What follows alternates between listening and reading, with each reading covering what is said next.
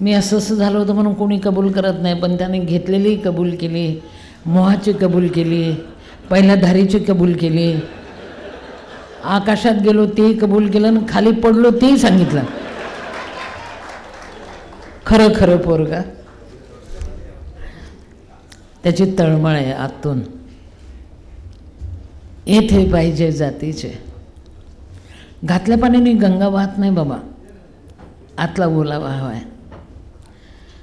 ह्या पोराला एकच नशा चढली, नशा जी कधी उतरणार नाही, की ऑफिसर क्लास 1 माझ्या हातून घडले पाहिजे, खूप ऑफिसर निर्माण झाले पाहिजे, खूप काही चांगलं काम झालं पाहिजे.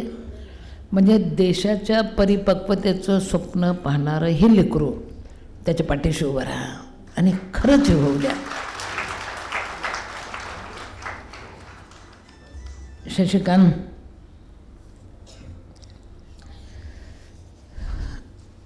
खरं म्हणजे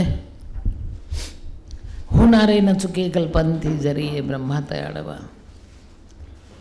आताच उल्लेख झाला माझा की मी शिकलेली नाही, काही नाही, तरी मी करते. जर माई अडाणी असून एवढं करते तर शिकलेले किती चांगलं करतील नाही. कधी कधी मला एक प्रश्न पडायचा, मी जेव्हा अमेरिकेत गेले तेव्हा, की सकाळी 5ला अमेरिकेचे रस्ते स्वच्छ असतात, पार गाड्या लावून धुवून काढतात लेकाचे, तरी पण बोंबाबोंब असते. आमचे रस्ते स्वच्छ नसतात, आम्ही थुकून घाण करतो, तरी आमची पुण्याई एवढी जबरदस्त आहे की भारत माता की जय. पण एक लक्षात घ्या, काळजातली तळमळ, अंतरीची इच्छा, रक्ताच्या धमनीमधून वाहणारं कुठलं तरी प्रेरित झालेलं कार्य. शशिकांत ना रे, शशिकांतच ना, चुकलं नाही ना?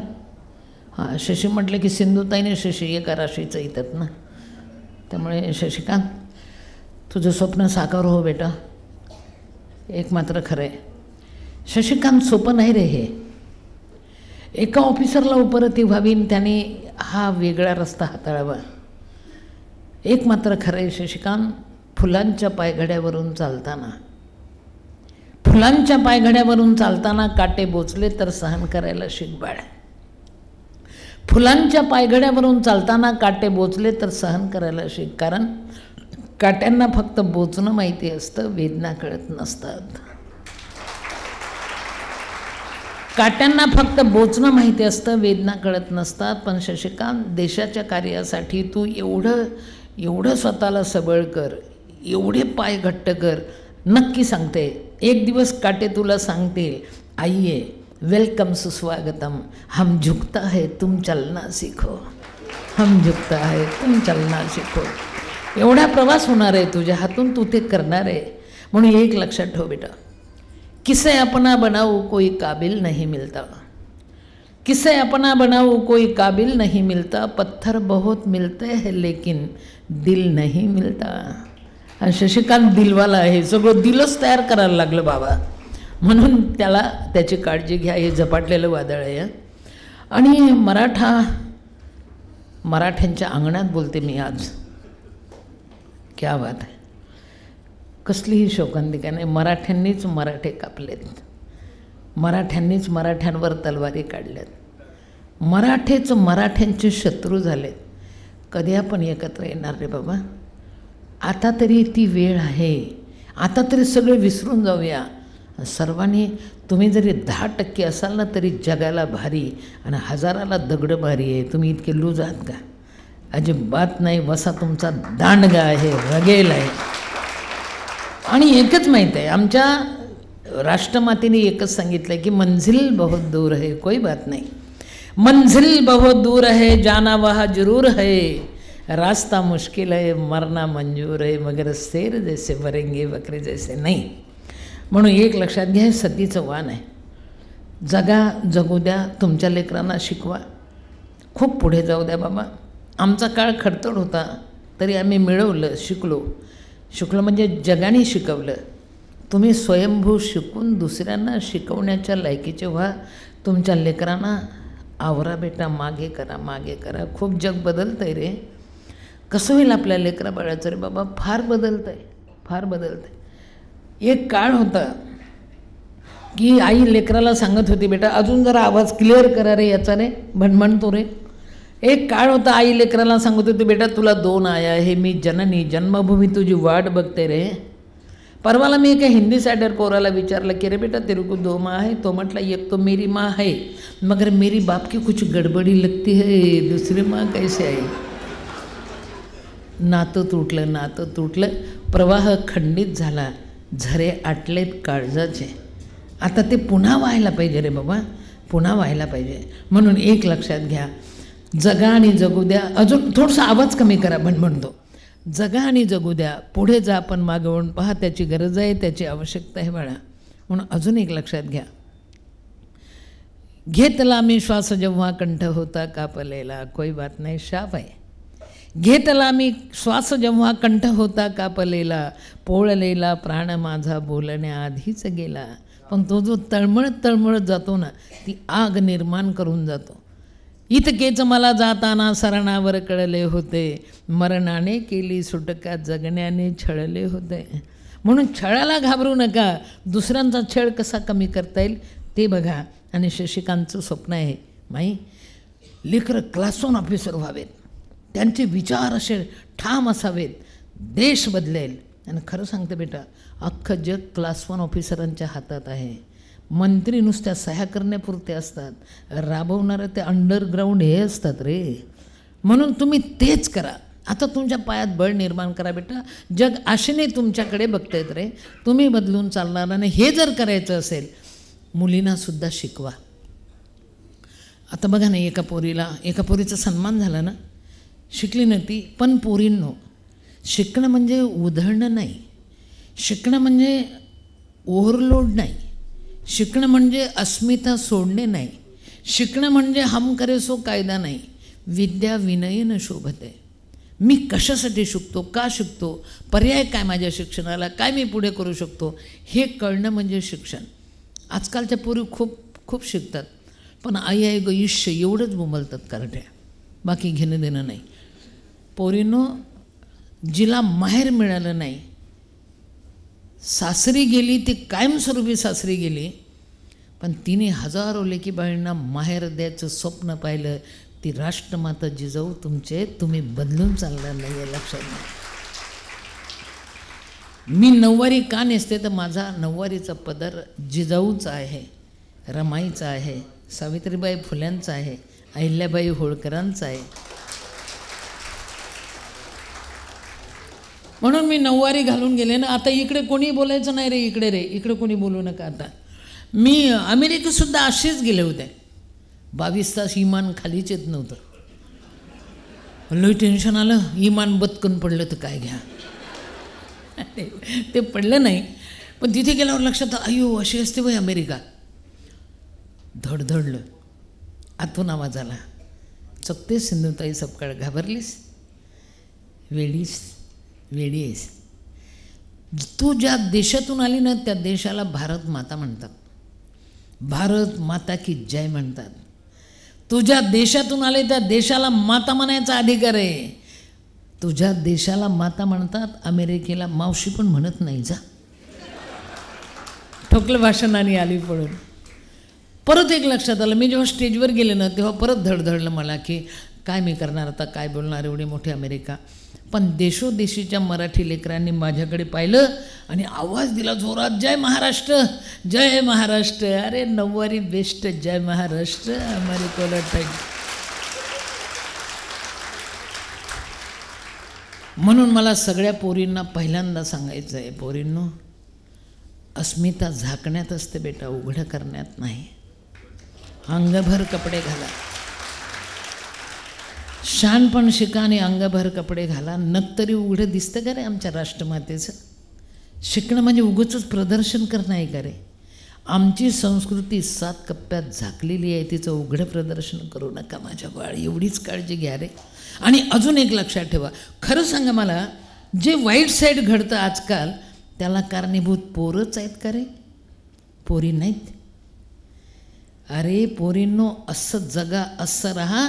समोरच्याची नजर बदलली पाहिजे, त्याला मादी वाटायला नको, माय आठवले पाहिजे, तर तुम्ही जगलात.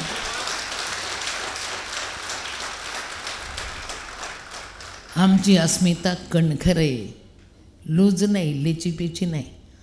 त्यामुळे पोरींनो, मला आता एक प्रश्न पडतो की एक पोरगी शिकलेली एका पोरासोबत रात्री फिरायला जाते, शिकलेली, तिला एवढे कळू नये की रात्रीची वेळ आहे, मी फिरायला चालली आहे. जर समजा अंधाराचा फायदा घेऊन 4 टुकार कार्टे अंगावर धावून आले तर सोबतचं पोरगं काय बजरंगबली की जय आहे का? मेली ना. पोरींनो, 2 हात करायला शिका, स्वतःमध्ये कुवत निर्माण करा. तुमच्याकडे पाहताना जगाची नजर बदलेल असं करा. आमची अस्मिता रस्त्यावर टांगण्याची नाही किंवा उघडं प्रदर्शन करण्याची नाही. रगेल आहे, रगेल. बघता बघता नजर बदलली पाहिजे समोरच्याचे. लक्षात घ्या, ही राष्ट्रमातेची देणगी आहे, जिजाऊची परंपरा आहे बेटा. तिला जखमी करू नका, एवढी मात्र काळजी घ्या. आणि अजून एक लक्षात ठेवा, पोरापेक्षा पोरगी जास्त शोषिक असते. अरे म्हणून बेटा शशिकांत, पोरींना जास्त घडव बरं पोरापेक्षा. कार्ट्यांना जाऊ दे, मरू दे साईडला. कारण ती 2 घरं उभे करते रे. मायबापाकडे जन्म घेते, वाढते, लाड कौतुक होते, सासरी नांदायला जाते, काय नाही ते रे सोबत. म्हणून पोरींनो, तुमचा त्याग फार मोठा आहे बेटा. आणि आमची संस्कृती त्यागावर उभी आहे, भोगावर नाही. बाई मुलगी जेव्हा सासरी जाते तेव्हा तिच्याजवळ काय असते? अरे तिचे दागिनेसुद्धा तिचे नसतात. वेळ आली की गहाण टाकतात. ती फक्त स्वतःची सावली घेऊन जाते. जाताना 4 वेळा मागं पाहते, निघाले बरं का, निघाले बरं का. कन्या सासुऱ्याशी जाये, मागे परतून पाहे माहेराशी. दुसऱ्या ठिकाणी जाऊन रुजते रे. त्या लेकरांसाठी, त्या लोकांसाठी, त्या नातलगांसाठी काम करते. स्वतःला विसरते आणि दुसऱ्यांची होते. तिचं नाव मुलगी असते माझ्या बाळ. म्हणून मुलीच्या जातीला घडवताना नक्की देवानी ओव्हरटाईम केला असेल, माझं मत आहे. उदाहरणार्थ समजा तुमच्याकडे 4 पाहुणे आले आणि एक पोरगी, हम 2 हमारे 2. आई पटकन पोरालाच पकडते आणि सांगते, 1 रुपयाचं दूध घेऊन ये बाबा, तुझा बाप घरी नाही, पाहुणे आले तरी जा रे. पोराला आईने काम सांगितलं आणि पोराने पटकन ऐकलं. असं कधी झालं का? कारण ते कार्ट बापावर गेलेलं असतं. ते जोरात ओरडतं, मी नाही जात जा. आई त्याला जवळ घेते आणि सांगते, बेटा तुला शेंगदाणे देईल, गूळ देईल, चॉकलेट पण देईल, दूध आणल्यावर देईल. एवढं प्रलोभन दिल्यावर पोरगं डाव्या हाती ग्लास घेते, उजव्या हाती रुपया घेते. पाहुण्यांच्या जवळून जाताना डोळे काढून बघते आणि पाहुण्यांच्या जवळून दुधाला जाताना ते कार्ट रुपयाने ग्लास ठोकत जाते आणि पाहुण्यांकडे बघत बघत ठोकते. आवाज करणे का नाही, चाय पिणे का, जाने का. वस्तुस्थिती हे पोरगं करते रे. हास्त फरक आहे. वस्तुस्थिती बघा. पोरीला सांगा बरं 1 रुपयाचं दूध घेऊन ये. ती आरडाओरडा नाही करत. आईकडे एक नजर बघते. तिला न सांगता कळते आईकडे दुसरा रुपया नाही. हे न सांगता जिला कळतं तिचं नाव मुलगी असते माझ्या बाळ. म्हणून मुलींनो, मागे फिरा बेटा. तुमच्या खांद्यावर देश उभा आहे. मुलगी डाव्या हाती ग्लास घेते, उजव्या हाती रुपये घेते, पाहुण्यांच्या जवळून जाताना खाली मान घालते. पोरगं ठणाठणा ठोकत जाते कार्ट. पोरगी मात्र फ्रॉकमध्ये झाकून देते. तिला कोणी सांगितलं नाही. ती पाहुण्याच्या बापाला कळू देत नाही, माझ्या बापाच्याकडे दूध नाही. बेटा झाकून नेते, कुठल्या दाराने जाते आणि कुठून येते कळतसुद्धा नाही. म्हणून लक्षात घ्या, बापाची गरिबी झाकायसाठी मुलीचा जन्म आहे. बापाची गरिबी झाकायसाठी मुलीचा जन्म आहे. देशाची वेदना झाकायसाठी महिलेचा जन्म आहे बाळा. म्हणून तुम्ही हरून आणि मरून चालणार नाही. तुम्ही इतक्या कमजोर नाही. होऊ नका कमजोर आणि स्वतःला खिन्नार पाडू नका काळजात. आदरच मिळायचा असेल तर काही बाबी तुम्हाला जपल्या पाहिजे. लक्षात ठेवा, काही बाबी जपल्या पाहिजे. आम कसा बा करेल ना तुम्ही आम्हाला सन्मान द्या, कसं शक्य? हे काय बदललं सिंधुताई सपकाळचं? 9वारीतच आहे ना, येडपटच आहे. आज आंघोळ पण नाही केली, तशीच बोंबलं झाली. अरे काय चुकलं? तुम्ही तर माईला आत घेतलं ना. दिसतं कसं आहे महत्त्वाचं नाही बाळा, असतं कसं आहे महत्त्वाचं आहे रे. खरं सांगते बेटा, असतं कसं आहे महत्त्वाचं. आणि आमची संपूर्ण संस्कृती आईच्या खांद्यावर आहे. उदाहरणार्थ आता मला सगळ्या पोरांना, मागे पोरं बसलेत ना, सगळ्या पोरांना आणि पोरींना विचारायचं आहे, खरं खरं सांगा बेटा, सकाळी लवकर आई उठते की बाबा उठतात रे? खरं खरं सांगायचं, सकाळी लवकर आई उठते की बाबा उठतात रे? बापाला रोग झाला का? खरं आहे, खरं आहे, सकाळी लवकर आईच उठते बेटा. रात्री उशिरा आई झोपते की बाबा झोपतात रे? बाबा झोपते म्हणे उशिरा. वर जातो की काय पहिल्या धारीची घेऊन? रात्री उशिरासुद्धा आई झोपते बेटा. कधी बाप म्हटला का, हे बघ तू झोपून जा, मी जरा भांडे बिंडे घासून येतो? संपूर्ण घर तिच्या खांद्यावर आहे रे. म्हणून तुम्ही काही करू नका मोठ्या पोरांनो. खरं सांगते, तुम्हाला जर देश जोडायचा असेल, तुम्हाला काळीज एकमेकाला सांडवायचं असेल, तर एकच करा. कधीतरी बायकोला म्हणणार रे, थकलीस का गं? एक शब्द 12 रेड्याचं बळ आहे. हां, फक्त म्हणा थकलीस का गं. ती इतकी येडीबाई आहे ना, ती तुम्हाला म्हणाल तुमचं थोबडं उतरलं की ओ. बाई अशी असते. पण एक अट आहे, थकलीस का म्हणताना माणूस की नाही म्हणा रे. कारण परवाला मी एका ठिकाणी सांगितलं थकलीस का म्हणा रे, ते उठलं नाही एक पहिलवान भाषणातूनच. घाई झाली त्याला. पहिलवान शरीराने मोठ्या मनाने अलवार असतात. ती सोबत शीघ्रम माई म्हणते म्हणून ताडताड घरी गेलं. बायकोला म्हटलं इकडे ये. ती घाबरतच आली. म्हटला तुझ्या आईला तुझ्या थकलीस का? असा ट्रिपल पोलिओ दिल्यावरती थकल का? फायदा सांगते तिला, तुम्ही प्रेमाने म्हणा खरं ग थकलीस, ती डबल काम करेल. आणि अजून एक करा, कधीतरी बायकोला म्हणणार आहे, फायद्याचं आहे. तू आजची घातलेली साडी किती छान आहे ग, आजची साडी तुला बेस्ट दिसते ग, किती सुंदर ग साडी आजची तुला साजरी दिसते. खात्रीने सांगते ती परत साडी मागणार नाही. ती साडी धू धू धू धू घालेल. फायदा आहे रे. आणि अजून एक लक्षात घ्या पोरांनो, मोठ्या पोरांनो, कधी कधी बायका धमकी देतात. आताच्या आता कुठं पण निघून जाईन, ठरलेली असं धमकी. अजिबात घाबरू नका. आत्ताच्या आत्ता कुठं पण निघून जाईल. जाऊ द्या जाऊ द्या, पोराचे पिता जाऊ द्या.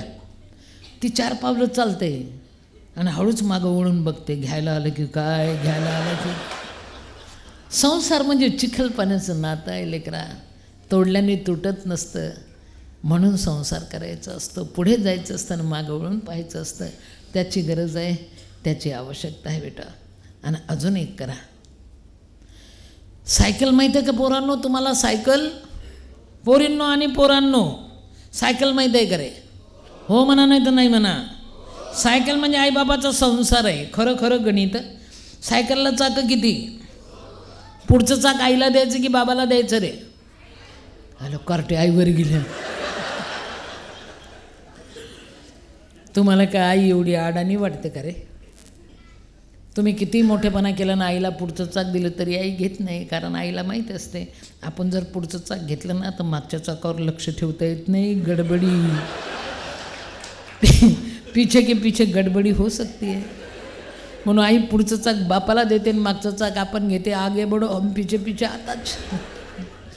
ठरलं, पुढचं चाक बापाचं. कोणाचं बेटा? जोरात सांगा. पुढचं चाक, मागचं चाक. आता गणित करा खरं खरं. पुढचं चाक बापाला दिलं, मागचं चाक आईने घेतलं. आता खरं खरं गणित. चैनसह पायडल कुठल्या चाकाला रे? मागच्या. म्हणजे कुणाच्या? बापाच्या. बेटा ते बसायचं सीट कुठल्या चाकाला? मागच्या. म्हणजे कुणाच्या? जोरात सांगा. कुणाच्या? बापाच्या. बेटा ते ब्रेक मारायचं असेल तर कुठल्या चाकाला रे? पुढच्या चाकाला ब्रेक मारला तर बदकन पडतं ना. म्हणून ब्रेकसुद्धा मागच्या चाकाला. म्हणजे कुणाच्या चाकाला? आईच्या. बापाच्या नाही. ते उभं ठेवायचं दांडुकलं स्टँड कुठल्या चाकाला रे? मागच्या. म्हणजे कुणाच्या? आईच्या. बापाच्या नाही. ओझं ठेवायचं कॅरियर कुठल्या चाकाला रे? मागच्या. म्हणजे कुणाच्या? आईच्या. बापाच्या. बेटा ते कुलूप लावायचं असेल तर कुठल्या चाकाला रे? मागच्या. म्हणजे कुणाच्या? बापाच्या. सगळे ओझं आईच्या चाकावर आहे की नाही? आणि बापाच्या चाकाला आहे ना हँडल आणि घंटी. हँडल याच्यासाठी मेरे पीछे पीछे आओ, आणि घंटी ट्रिंग ट्रिंग हम आपके है कोण. तरी आई अख्खं ओझं ओढत असते बेटा, ओढत असते रे, ओढत असते. काही करू नका बेटा, फक्त तिला कधीतरी विचारा, बरं आहे ना गं तुझं, बरी आहेस ना, थकलीस, 12 बळ येईल रे. बाया सर्व्हिस करणाऱ्यासुद्धा डबल ड्युटी करतात रे. घरी जाताना ती पहिले भाजीवाली जवळ जाते, तिच्याशी भांडते, 2 कोथिंबीरीच्या काड्या लाव, ती बटाटं सरकलं पलीकडे, कांदे 2 टाक, पडलं खाली, दुसरं लाव, भांडून भाजी घरी घेऊन येते. कधीतरी म्हणणार रे, काय भाजी बेस्ट झाली ग आजची. ती दुसऱ्या दिवशी चांगली भाजी करेल की नाही. परवाला मी सांगितलं, म्हणारे कधीतरी, काय भाजी झाली ग आजची ग, बेस्ट भाजी ग. एकाने केला ना प्रयोग, गेलं घरी जेवायला बसलं, मी सांगितल्याप्रमाणे, काय भाजी ग आजची ग, बेस्ट भाजी ग, काय मस्त भाजी ग. बायको लाटणं घेऊन समोर उभी राहिली. म्हटली, दररोज मी भाजी करते तर कधी बोंबलला नाही, आज शेजारणीची भाजी दिली तर एवढी चांगली.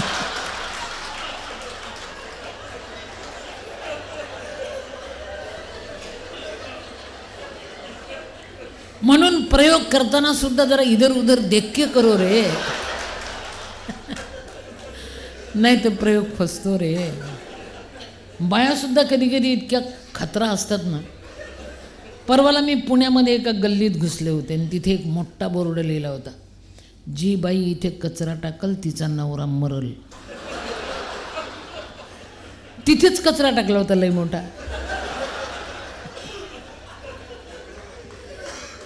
पोरं सुद्धा इतके बिघडलेत ना आजकाल. बेटा, संभाजी महाराज डोळ्यासमोर आणा, बूंद बूंद दिला असं स्वतःचा, ॲट लेना देना नाही, हम करे सो कायदा. कुठे चाललात लेकरांनो तुम्ही, कुणाचं अनुकरण करतो रे आपण. मला एक सांगा बेटा, पोरांनो, परवाला एक पोरगा अमेरिकेत गेला आणि कोंबड्याचं ट्रेनिंग घेऊन आलं. बापाला म्हटलं मी आता कोंबड्याचा धंदा करणार. बाप म्हटलं कर आणि मर. आता ते अमेरिकेत ट्रेनिंग घेतल्यामुळे पॉश घर बांधलं कोंबड्यासाठी.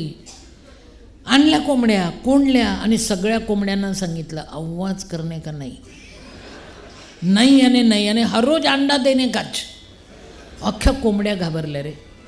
भीतीपोटी सगळ्यांनी मोबाईल बंद करा रे जरा वेळ, सगळ्यांनी मोबाईल बंद करा. कोणाचं आहे रे, का रे बाबा.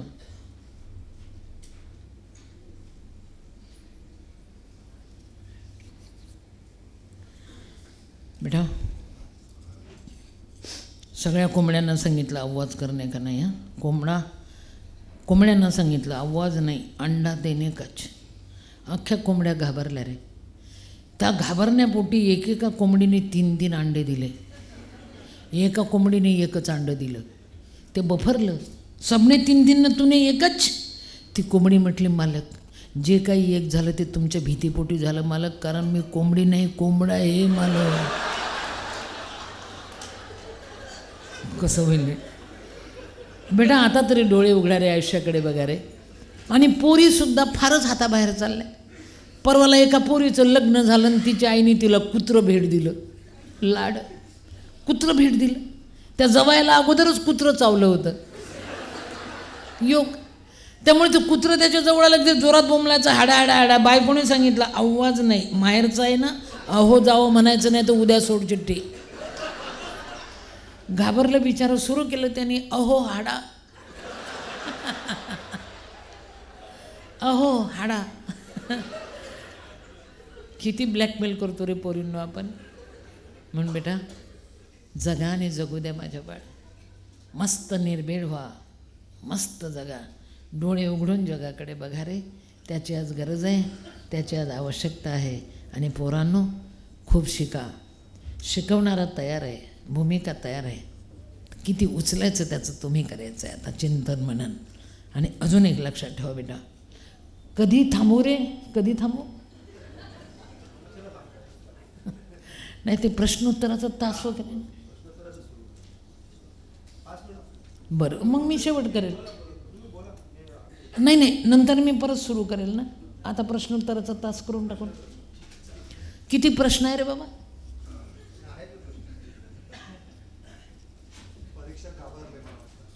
हां बाबा.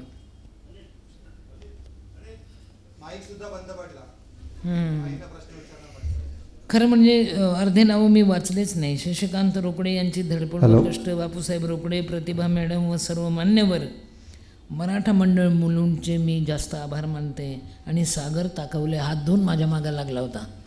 पुढच्या जन्मात भेटायचं नाही सागर. शशिकांत रोकड्यांना विनंती करतो प्रश्न. मला वाटतं नाहीच आपण प्रश्नच नाहीत आपल्याकडे, पण मला स्वतःला वैयक्तिक प्रश्न माईंना विचारायचं होतं की माईने आता जे काही सांगितलं, आपण खूप असतो दिल खुलास आणि त्याबरोबर म्हणतात ना टोचतंय बोचतंय पुढे पुढे पुढे तसं म्हणतात की मग काय वाचन लागतं, तर माई वाचतात का, हा माझा छोटासा प्रश्न. मी वाचते का? अरे खतरनाकच आहे कार्ट. खरं म्हणजे एकेकाळी मला खूप वाचायचं होतं बाळा, पण वाचायला मिळालं नाही रे.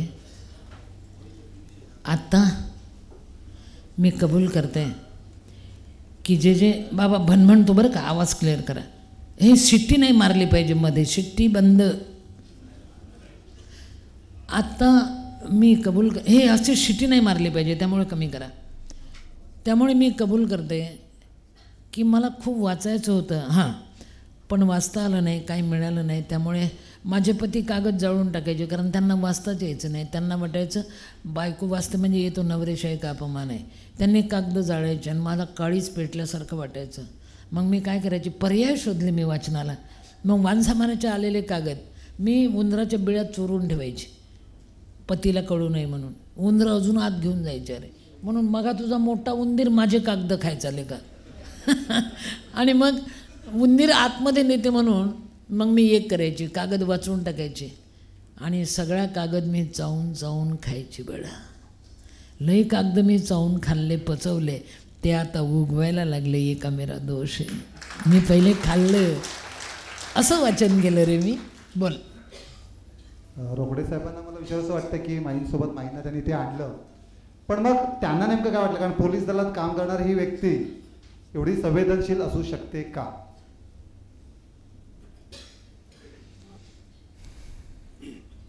माणूस हा सर्व मूल्यांचा निकष आहे, कारण हिमालयाला हिमालय म्हणणारा माणूस हा हिमालयापेक्षा श्रेष्ठ आहे. दरवर्षी हिमालय सर केला जातो.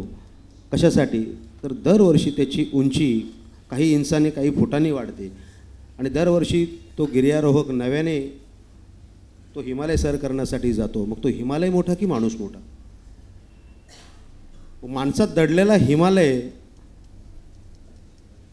आणि त्याचं एक हिमनगाचं टोक जर आपल्याला गवसलं, आणि ते फार दूर नव्हतं, पुण्यालाच होतं, आणि आज अख्खा हिमालय मी तुमच्यासाठी इथे घेऊन आलो. उद्देश हा आहे की जे वाट्याला आयुष्य आलं त्याची खंत नाही बाळगली. मी स्त्री आहे, मी अबला आहे, गोठ्यात जन्म दिला, स्मशानात राहिली, लेकराला घेऊन भीक मागितली, पुढच्या मुलीला अर्पण केलं. किती हाल अपेष्टा सोसल्या असतील, भोगल्या असतील. तो चित्रपट आला नसता तर कदाचित सिंधुताई आणि आज माई आणि हा असा प्रवास कदाचित नसता आला वाट्याला. अख्खं आयुष्य वेचलं की तिने. आपण 4 चौघांच्या कुटुंबासाठी हम दो हमारे दो सांगितलं, त्यासाठी इतकं करतो, तर ह्या माईने इतकं मोठं भव्य काम करून ठेवलं. काही अधिकार होते का? नाही. कुठली परीक्षा पास झाली होती का? नाही. कुठली सत्ता होती का? नाही. हे देणं आहे कुठेतरी, हे कुठेतरी आपल्या हातून निसटणार आहे. ते निसटायच्या आत पडू द्या, रुजू द्या, पुन्हा उगवू द्या. नाही, अजून एक कारण आहे बाबा. मला कोणी जर ते काम कर म्हटलं असतं तर मी केलं नसतं. माझ्यामध्ये पात्रता नव्हती, ताकद नव्हती, मी करू शकत नव्हते, हे कबूल आहे. एवढाच माझ्या कामाचा मतितार्थ आहे की मी भुकेच्या शोधात गेले आणि एक कळलेलं, माणूस कधी वाईट नसतो शशिकांत, पोटाची भूक वाईट असते बाळा. जेव्हा मला मरणाची भूक लागायची ना, खायला काही नसलं तर जास्त भूक लागते रे. एक प्रसंग मला सांगितलं पाहिजे तुझ्या प्रश्नाचं उत्तर म्हणून, की मी रेल्वेत भीक मागणारी बाई. मी रेल्वेत भीक मागायची. गाणं म्हटलं की मला खाणं मिळायचं. ॲक्सिडेंटली माझं जगणं. मी ते भाकरी गोळा करून स्टेशनवर जायची. 3 वेळा मी मरायचे प्रयोग केले शशिकांत, पण अनसक्सेस आत्महत्या, मरू शकले नाही. पण एक दिवस मी ठरवलं आज मरायचं. आणि मी स्टेशनवर बसले होते, पण नेमकं कधी मरायचं, टाईम